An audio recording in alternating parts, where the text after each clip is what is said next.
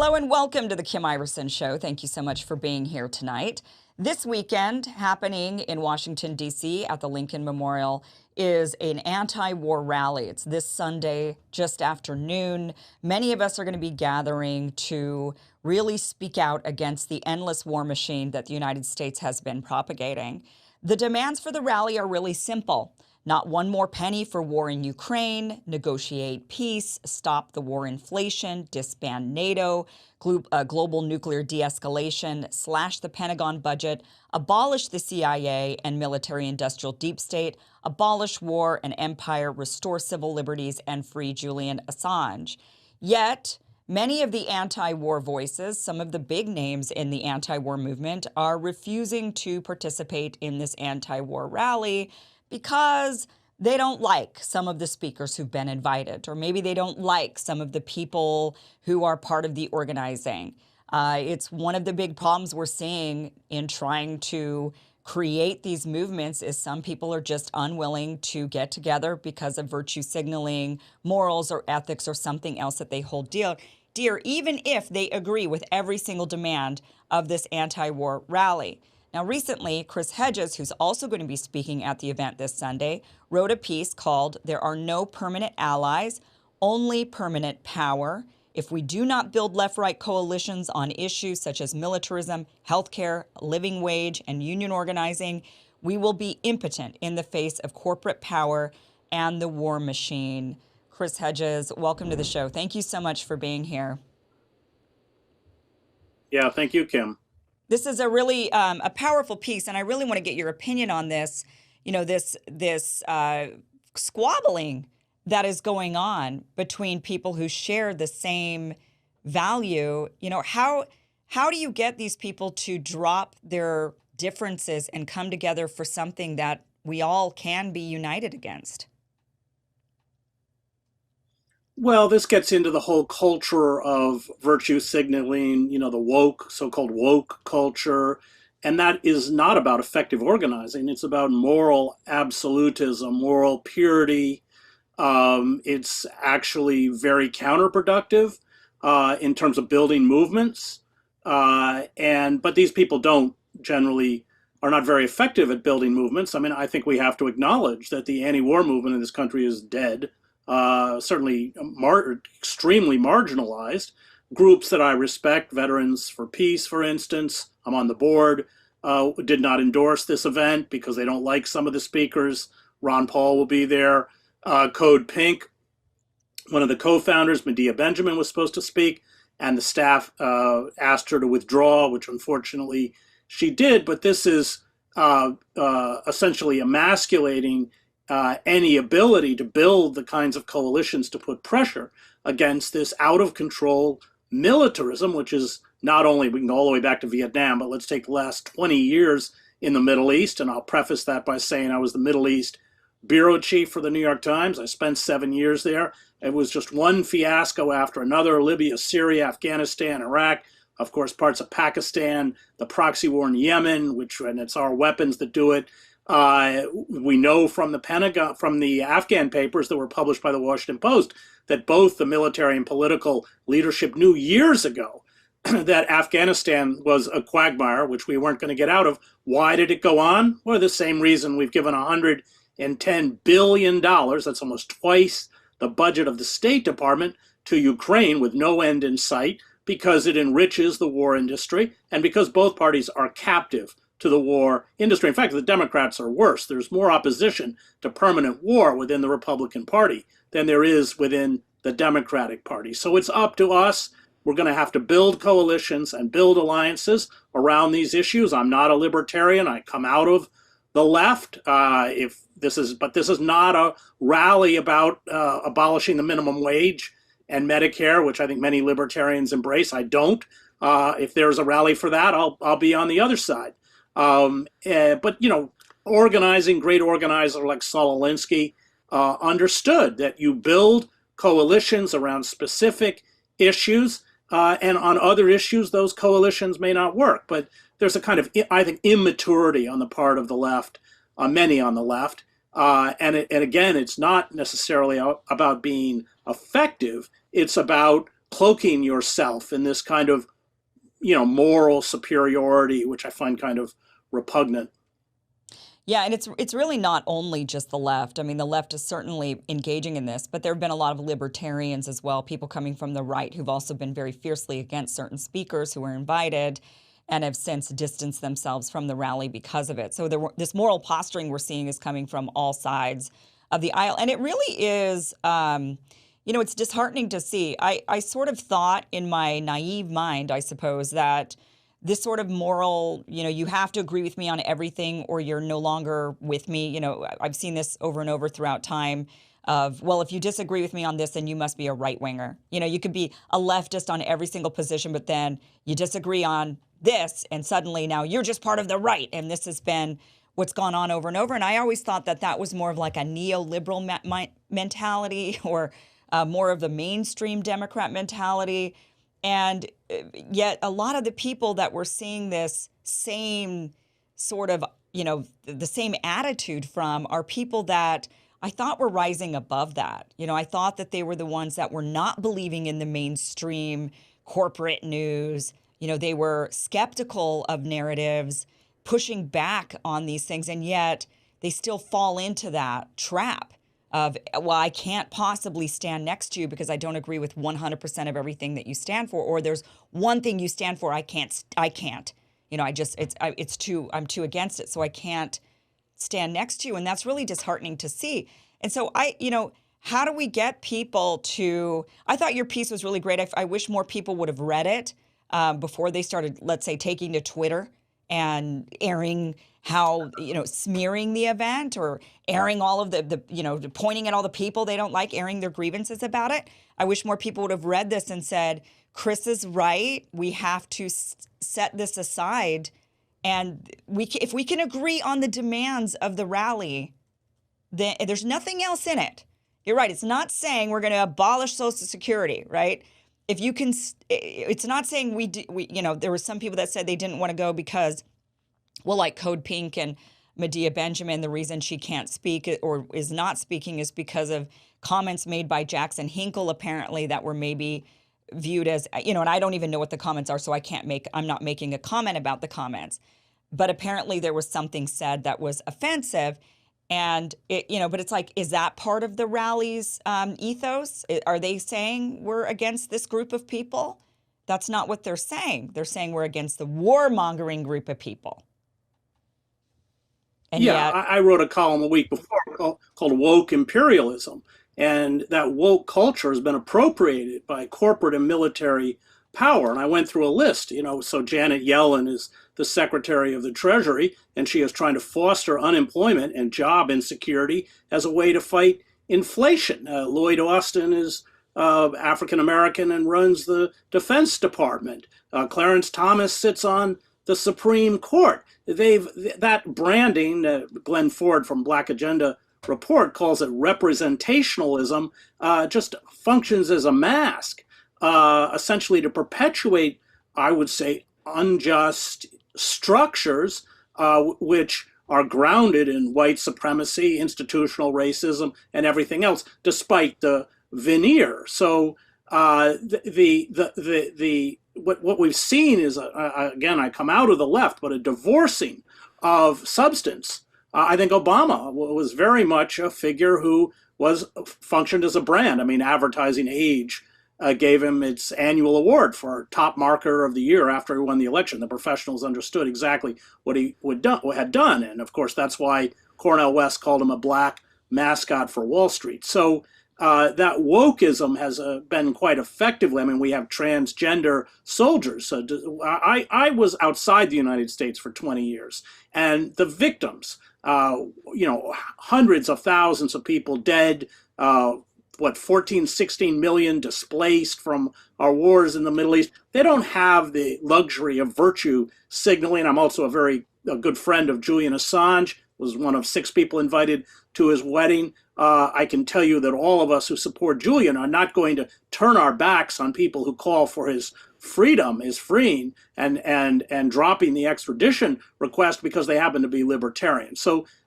this is, again, I think the myopia of largely an educated, privileged elite. If we're going to build popular movements, I'm a very strong union supporter. We're going to have to incorporate people who voted for Trump, who don't, Right. but who understand the repressive power of an organization like Amazon or Walmart. It's self-defeating. It's infantilism. It gets us nowhere. You're right. You were right, Kim, to raise the point that it's not just the left. The right can do it as well. We saw it over the COVID vaccines. People would just stop talking to each other on that one issue. But this is. I mean, the oligarchs could not be happier. It keeps us divided. It keeps us fractured.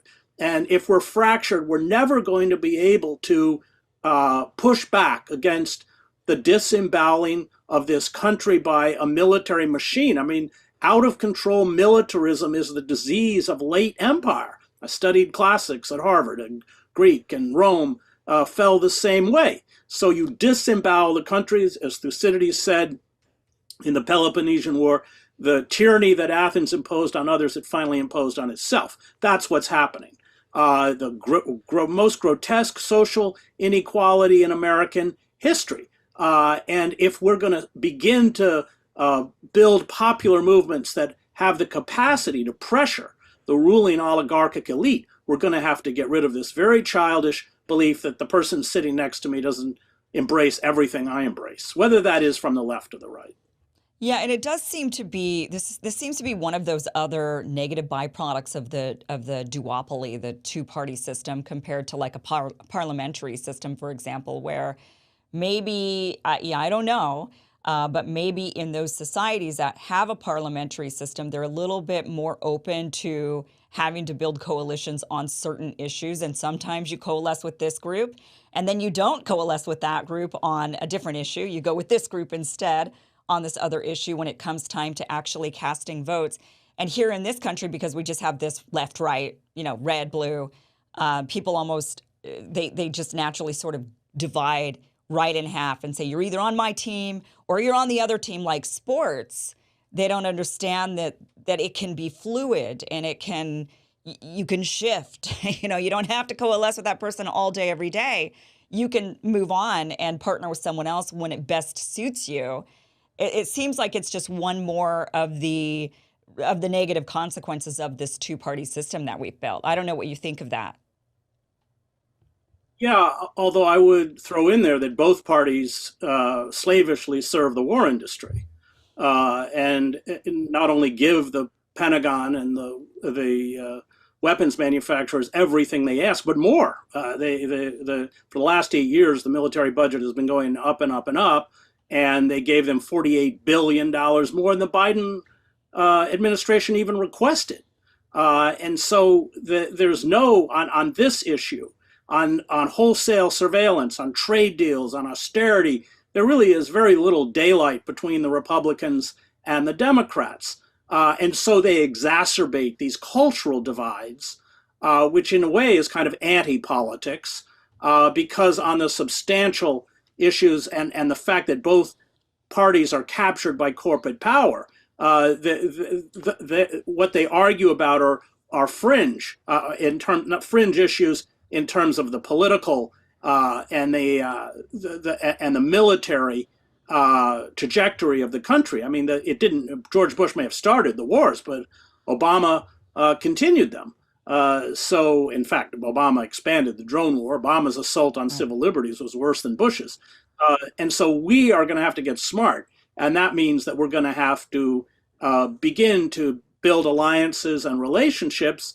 And you're right, around particular issues, and on other issues, we may not. I mean, I teach through Rutgers University in the prison system, and my students who get out have a 3.1. They can finish their degree at Rutgers. Well, they're over there organizing the service workers. All my students are of color. Almost all of them are black. Well, they're working with service staff at Rutgers who voted for Trump.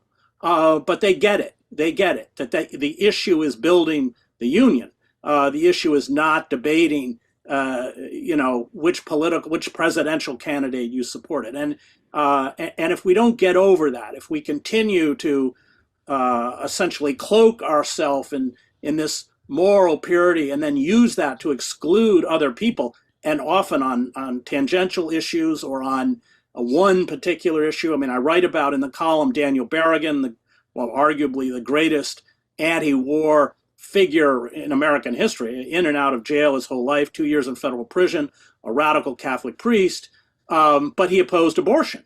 And I said, there certainly are probably people on the left, and I don't oppose abortion, but there are certainly people on the left who on that issue alone would be willing to write him off. And we can't do that. We're just slitting our own throats.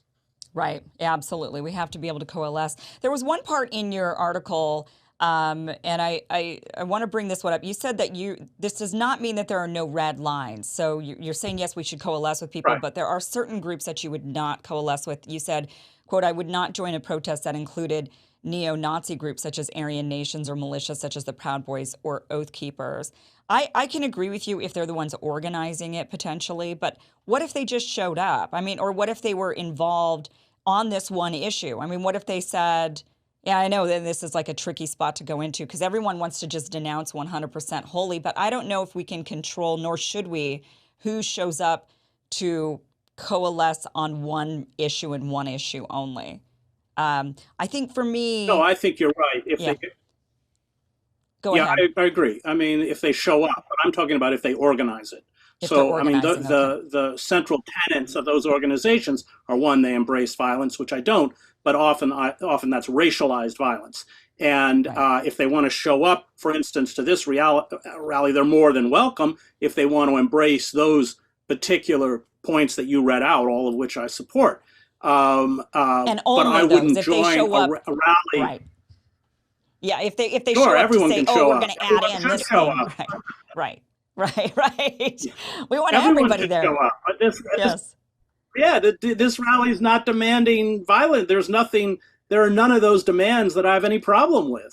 right, But if they organized a rally given their platform, there are obviously things there that I could not embrace. But in terms right. of if they want to show up, they are more than welcome. Look, half my family comes from Maine. They make Trump look like flaming liberals. I love them to death. So they got gun racks on the back of the trucks, the whole bit. So look, yeah, of course, everyone is welcome. We're not playing that game. But I do think that when you're building a rally and it does have a set of demands, there would be potentially demands that would exclude me from participating Sure, in that right, rally if it went after vulnerable people, marginalized right. people, people of other races, ethnicities, or And called for that's violence. I don't and embrace.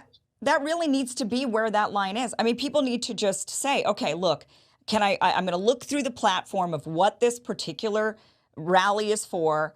I agree, I agree, I agree, I agree. Okay, then why not show up? Just because you don't like maybe some Yeah, of the people who are going to be there. If they include, because it's some different group that's organizing it, if it includes something you don't agree with, then you can say, I cannot support this rally because it has this particular platform piece on it that I don't agree with. That's fair enough, right? I think that's fair. Just like what you say in the piece, there are red lines. If you don't have to, just because you agree with 90%, if there's 10% you don't agree with, if it's bad enough, then you don't have to go. But this is one that most of these people who are saying, I can't be involved, they agree with every single thing that this I know. rally is for, and yet they just don't like a speaker, you know? And that is, I know. I don't get it, Kim. I don't get it. I don't It's get it not the real either. world. I mean, I don't know what world they live in, but And you're right. I yeah, mean, we're not going to. We can't build a movement cloning ourselves. I mean, it just isn't going to work.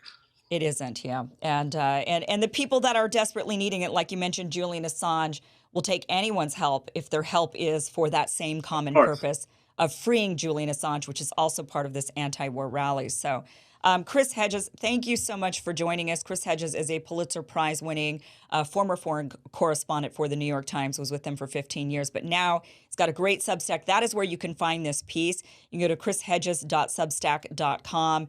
And this piece is called There Are No Permanent Allies, Only Permanent Power. If you see someone online who is saying, I can't be a part of that rally because XYZ person is going to be, because Kim Iversen is going to be there and she was, whatever, then share this article, have them read it, because we've got to coalesce together on things we agree with. We must, or they win. They win every time, which they have been, and Yeah. that's what we're trying to fight against. So, Chris, thank you so much for being here. Yep. I'll see you Sunday, Kim. Thanks. See you Sunday.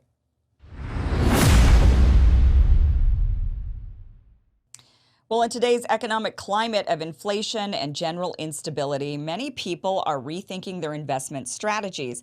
Recent stock market turbulence and global issues have caused a decrease in retirement accounts as well as decreased disposable income. However, the price of gold rose 14% from November 2022 to February 2023. So now would probably be a good time to invest in gold through Birch Gold rather than going along with whatever the government has planned for us. So you can take your future into your own hands by investing in something stable in these unstable times. The process of converting a traditional IRA or 401k into a precious metals IRA has been made simple by Birch Gold. To get started, simply visit birchgold.com/Kim and request a free info kit on gold, followed by a consultation with a precious metals specialist. So don't wait to find out what's going to happen with inflation or with the dollar, because who knows? Birch Gold, on the other hand, has an A+ rating from the Better Business Bureau and positive feedback from thousands of satisfied customers. They can be trusted to safeguard your future. So visit birchgold.com/Kim to take the first step in protecting your assets with gold.